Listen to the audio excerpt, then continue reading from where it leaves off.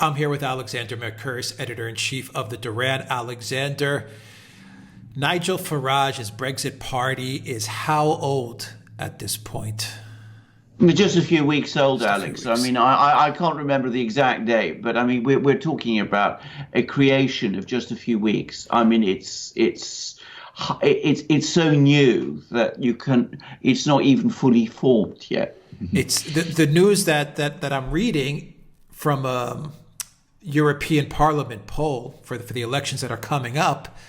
They're saying that Nigel Farage's Brexit Party has pulled even with the conservative Tory party. Is that accurate, Alexander? Is that possible? Right. It's not entirely accurate, and they haven't yet quite pulled even. But I mean, the direction is only one way. And what we're looking at is a total meltdown of the Conservative vote. And I mean, I think we need to unpack this a little, because what's happened, as we know, is that the Conservatives, promised to deliver Brexit under the ghastly leadership of Theresa May. They have failed to do so. We are still in the EU, even though we were promised we were going to leave on the 29th of March. We're going ahead with European Parliament elections, even though we were promised that we weren't going to.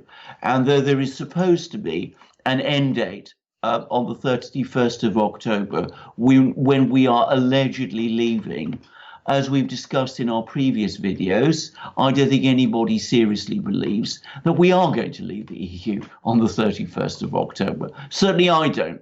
So what has happened is that the Conservative vote is collapsing. They're now down, according to these opinion polls, to around 17% of the vote. That compares with 43.5% of the vote that they won in the June 2017 general election. The Labour vote has also fallen significantly. It's gone down from around 40% of the vote in the June 2017 general election to around 24 to 29% of the vote, depending on various opinion polls. Now, the two pro-Brexit parties that are slugging it out with each other, UKIP and Nigel Farage's Brexit Party, are polling together between 25% and 30% of the vote. More, in other words, than the Conservatives, and more than Labour by some polls. And it's clear that the momentum is with Nigel Farage's party, which is between 12 and 15% of the vote, depending on which opinion poll you follow. It's either 2 points behind UKIP or it's 1 point ahead, but it's clearly the party that is making the biggest inroads. So we are looking at a meltdown of the Conservative vote, which is collapsing and which I predict will continue to collapse. We are looking at a slide in the Labour vote as the pro-Brexit Labour voters, who account for around 25% of the party, defect. And we are looking at a huge surge in the pro-Brexit parties, with Nigel Farage now apparently starting to pull ahead. And there is now panic, and Margaret Beckett, a staunch, fanatical, pro-European Labour MP, who was briefly acting leader of the Labour Party back in the 1990s and has been a thorn in Jeremy Corbyn's side, is now going around saying that what Labour needs to do is to identify itself as the pro-EU party in order to consolidate all pro-EU votes and to prevent the pro-Brexit parties, UKIP and Nigel Farage's Brexit Party, winning a runaway victory in the European Parliament elections. I'm going to say, by the way, that I think Margaret Beckett is whistling into the wind. What she is demanding isn't going to happen, and it would create a crisis within the Labour Party if it ever did. So all the indications are that we are looking at a landslide victory by the pro-Brexit parties in the European Parliament elections and a total collapse of the Conservative Party. All right, Alexander, let me read you from an article from The Guardian, and they're taking some numbers from the opinion poll for The Observer. Let me read you a couple of paragraphs so you could comment on them, and it has to do with the Tory defections and the slump in the opinion polls. The article's from The Guardian. It's entitled "Tories Hit by New Defections and Slump in Opinion Polls as Party Divide Widens." And I quote, "The bitter fallout from Brexit is threatening to break the Tory party apart.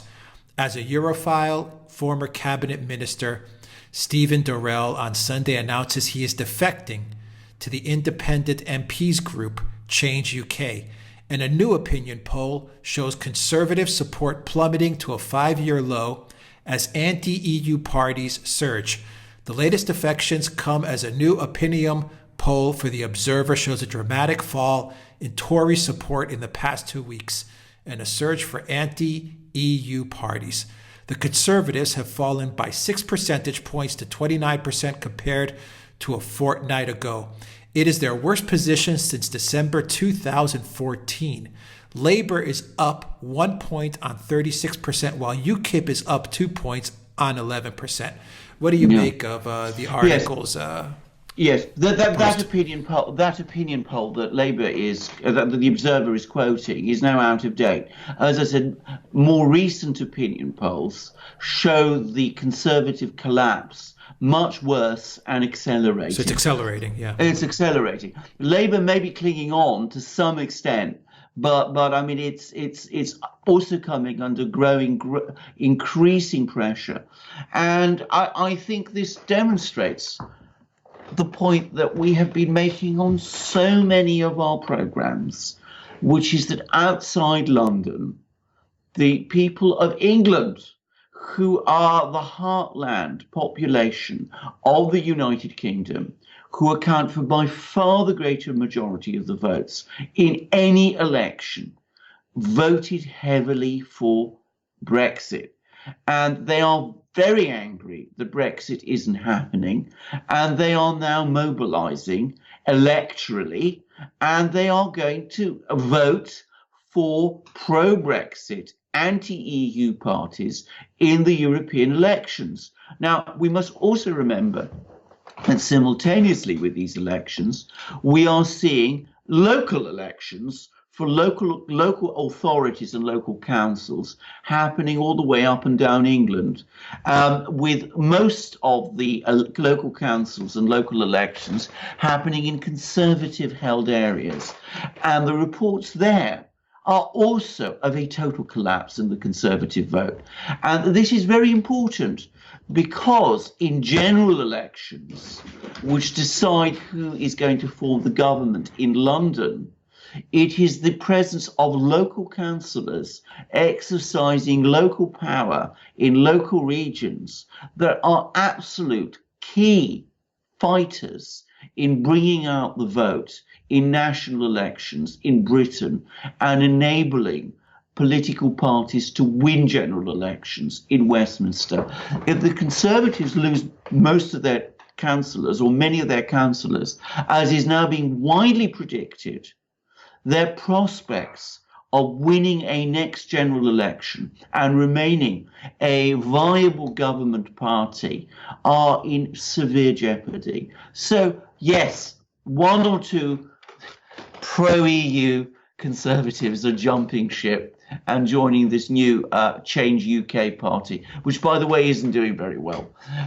It is the pro-Brexit, anti-EU parties that are winning. And, of course, it's exactly what we always predicted. So this should come as no surprise. And yet, amazingly, it apparently is. Are we seeing a lot of people that may have voted during the referendum, may have voted Remain? Are they also starting to shift to the Brexit Party or UKIP? Or is this just a a dimension of the Brexit and UKIP just siphoning off pretty much all of the Conservatives' base? I think it's the second. I doubt very much that many people, I mean, there'll be a few people who are so angry with the way in which this matter has been mismanaged, who voted Remain, and who feel because of that anger that, enough's enough. They're going to vote against the establishment, and they're going to vote either for UKIP or for Brexit, more likely for the Brexit Party. But I don't think there are many of those people. But I come back to the point I often made. Even if the results, the differences between pro-Brexit and anti-Brexit are roughly the same as they were at the time of the 2016 referendum, and most opinion polls suggest they are, that still means that a lopsided majority of British voters in England voted for Brexit. This 48% that we always hear about is accounted for by London, largely by London, which is atypical, Scotland, which has a very, very large secessionist party in charge, and by Northern Ireland, where, of course, a large population also wants to secede. So it's the heartland territory that returns most of the MPs to the House of Commons, which returns most of the councillors to the local councils, and which returns most of the MEPs to the European Parliament in a European Parliament election, which is voting for pro-Brexit parties, as the 2016 referendum always indicated that it would. So I understand the pressure of the Conservative parties. Then it has both Nigel Farage and the Brexit Party and UKIP. Of course, you had the absolute abysmal, pathetic leadership of May, which is leading to the collapse of the Tories.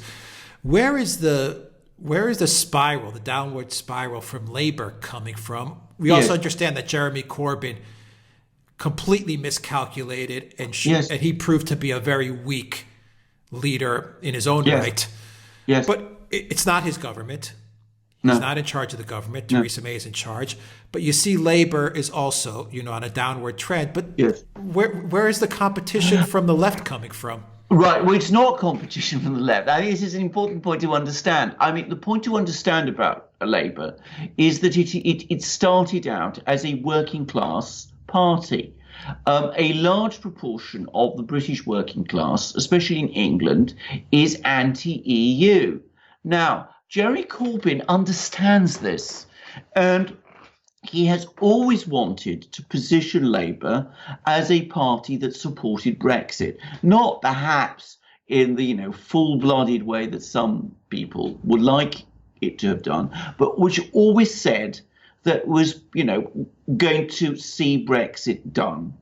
What happened is that within the Labour Party, Jeremy Corbyn has never been able to establish his authority.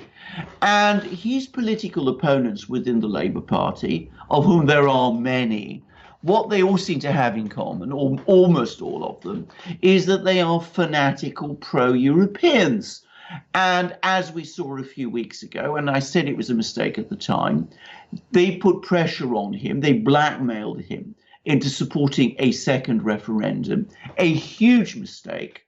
And of course, he's now being drawn into these negotiations with Theresa May and the Conservatives, which working class voters up and down England see as betraying Brexit. Because, of course, what's going to happen, we've discussed this on previous videos, is not the real Brexit, which those voters voted for. It would leave Britain in a permanent customs union.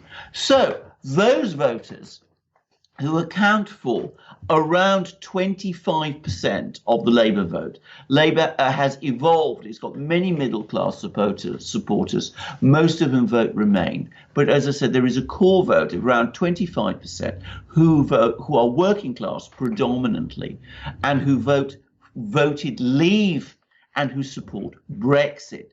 They are switching either to UKIP, which many of them did before the 2017 general election, or they're going increasingly to Nigel Farage, because for them, Brexit is the most important thing. That is the central defining issue.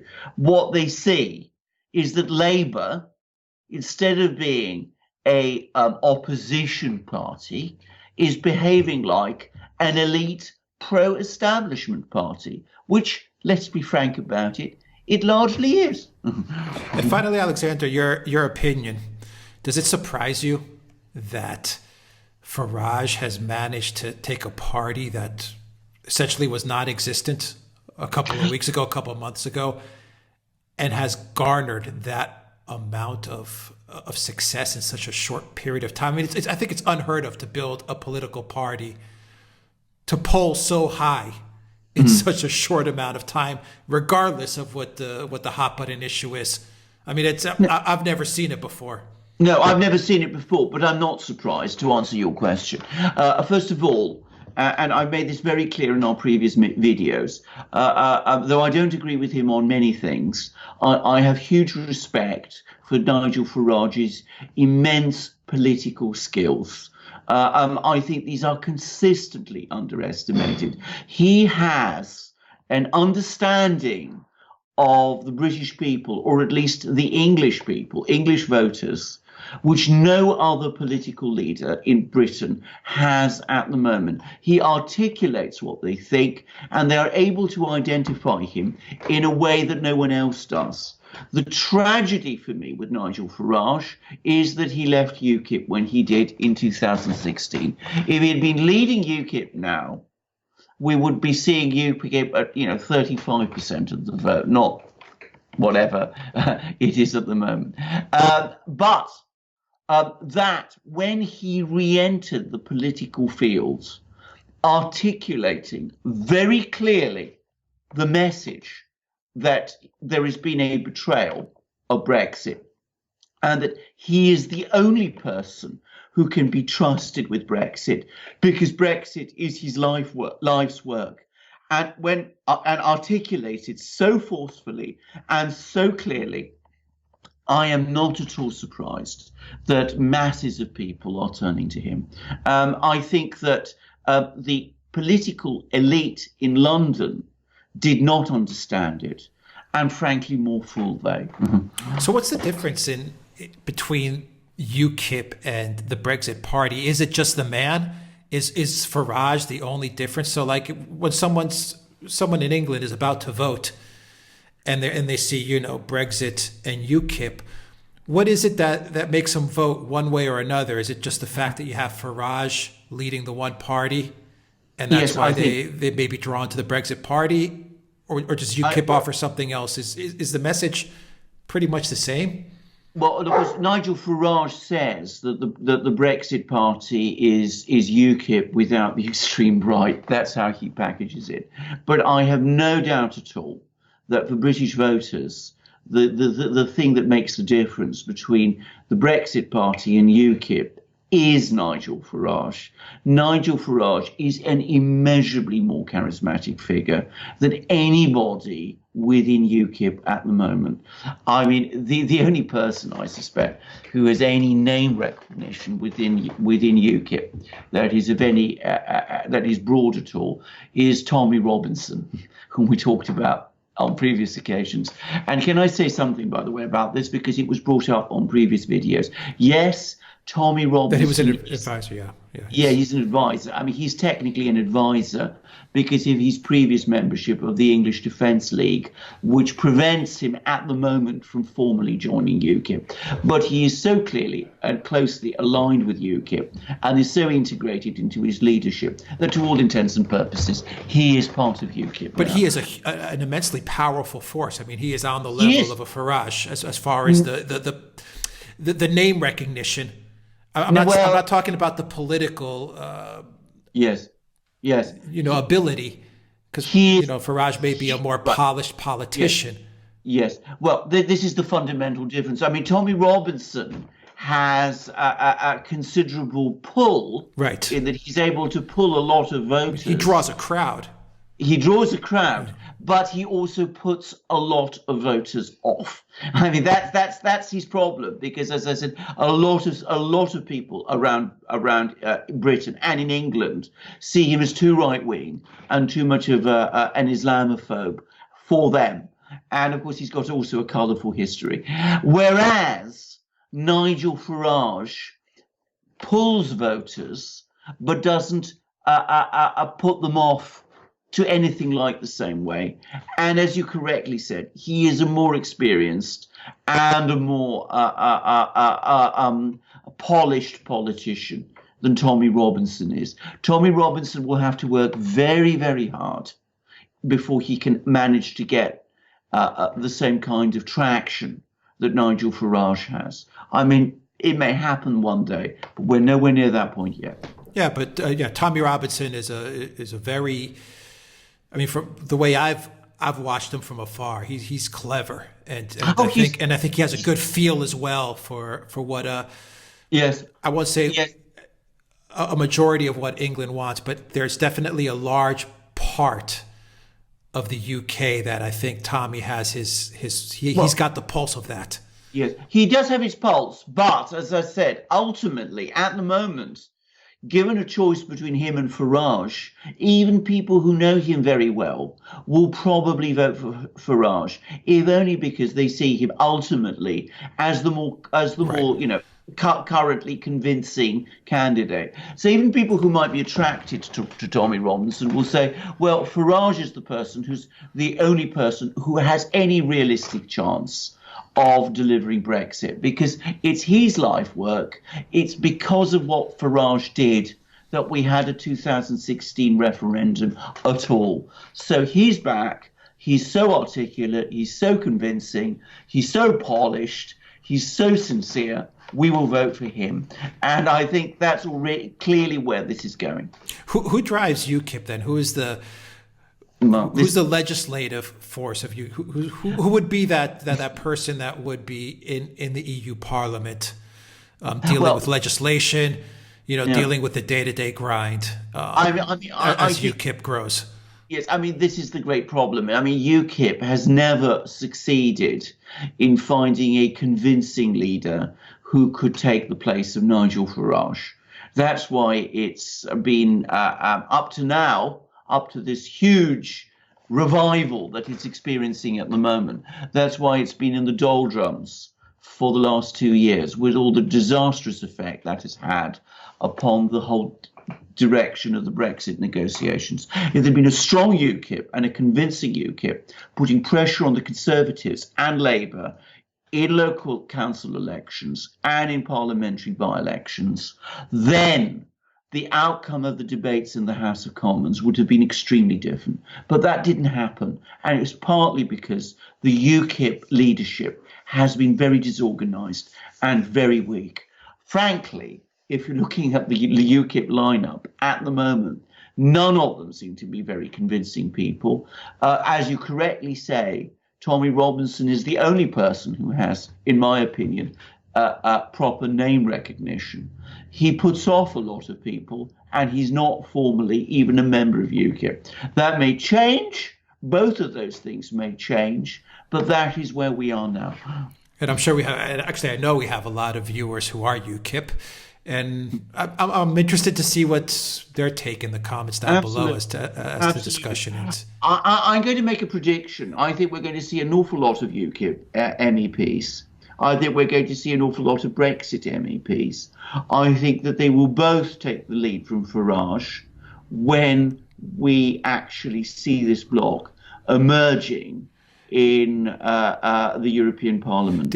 Do you think they have a lot more rising stars, UKIP and Brexit, than say the Tories or Labour? Like, if you had to take a guess, would you say they have a much better crop of younger rising stars in their party? Right. I don't know who the people are in these two parties, because one of the great problems is that neither party gets much media attention. Right. Bear in mind that the media here is just entirely dominated by the Europhile elite. But I am sure that is the case, because just look at the two establishment I was going parties. to ask you if you had to compare that to the young crop of MPs in Labour and and the Conservatives. Yes. I mean, the one thing that did happen in the last period is that, of course, an awful lot of young people were drawn to Labour, largely because of Jeremy Corbyn's leadership. But, of course, a lot of those people will probably feel very disappointed now. And I don't know how many of those are going to drift to UKIP and the Brexit Party. Probably not many. But there is an overwhelming need for a political realignment in Britain. And the rise of these parties is a sign, UKIP and the Brexit Party, is a sign that that is happening. And it is happening because confidence, faith in the establishment parties, the Conservatives, and to a great degree Labour also, is collapsing. Right. And would you say, finally, Alexandra, that UKIP and Brexit Party, regardless of what problems they may have had, especially UKIP in the past couple of years, do you think now that they finally, they've cleaned their house, they're standing on firm ground financially with donations, with their campaign machine? Do you think now they're on solid footing to grow medium to long term? Absolutely, because I think what has happened over the last 2 years, or last 3 years, I'm sorry, is that it's been demonstrated to the British people, and especially, as I said, to the English part of the British electorate, that the two main parties simply cannot be trusted. If there is a vote, a referendum result, they will not do that which they have been told to do and which they promised to do. So given that that is so, it is inevitable that these other parties will grow. And I don't think that they will disarm themselves and disappear from the scene as they did in 2016, because in 2016 there was trust and now there is none. Right. And structurally, they're a lot more sound they have something to build on now. Well, I think to be so. proper Absolutely. opposition proper parties. I mean, the thing to bear in mind about UKIP before 2016 is that it was a one-issue party. I mean, neither the Brexit Party nor UKIP are going to be that any longer. I mean, they're evolving into something completely different because they are occupying the ground which the two big major parties have vacated. And that's huge. Entirely. It's huge. It is enormous, but it's also the product of the collapse we have been watching in Westminster. Changes the whole political system in the UK. Absolutely, of course it does, and it's going to create. I mean, if this process continues and accelerates, as I predict it will, a major crisis in Westminster, because, of course, what are these people in Westminster going to do when the full consequences of what they've been doing finally hits them? A panic, I expect. You're going to have a Labour form a coalition with the Tories.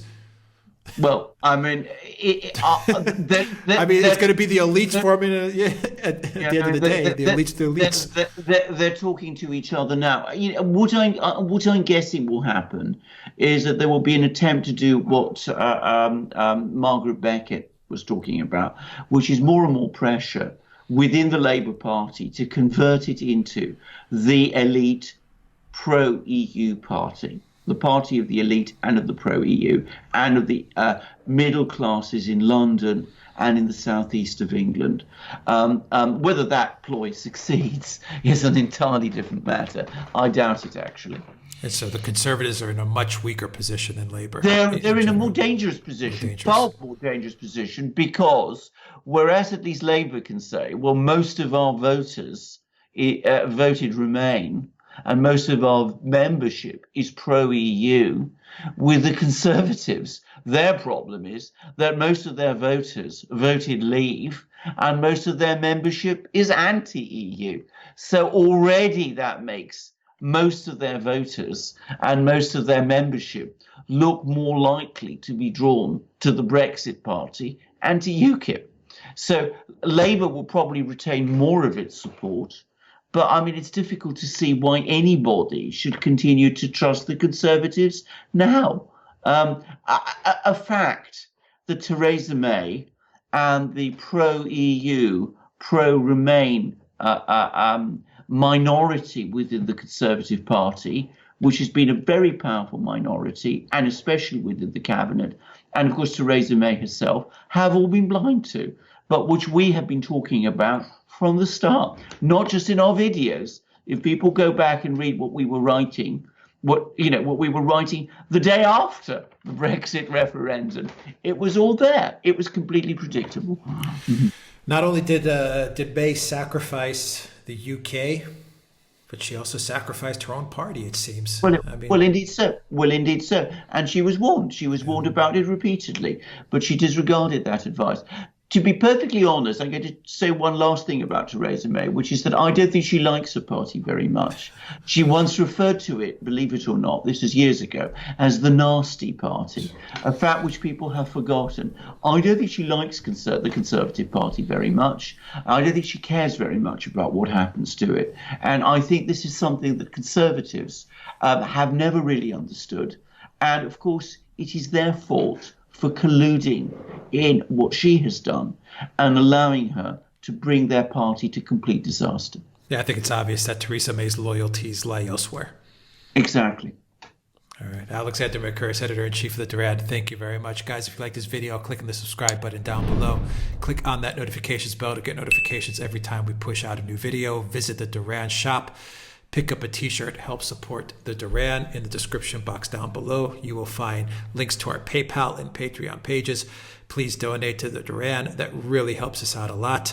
And you can get a copy of this video in audio format. Follow us on iTunes and SoundCloud as well. Go to theduran.com and see all the articles that Alexander is linking up to. And you can now follow us on Instagram, theduran_.com. And to make sure you get all notifications, news, and updates, download the Blank Chat app and follow the Duran channel there as well, iTunes and Google Play. Alexander Mercouris, Editor-in-Chief of the Duran, thank you once again. Until next time, everybody, take care.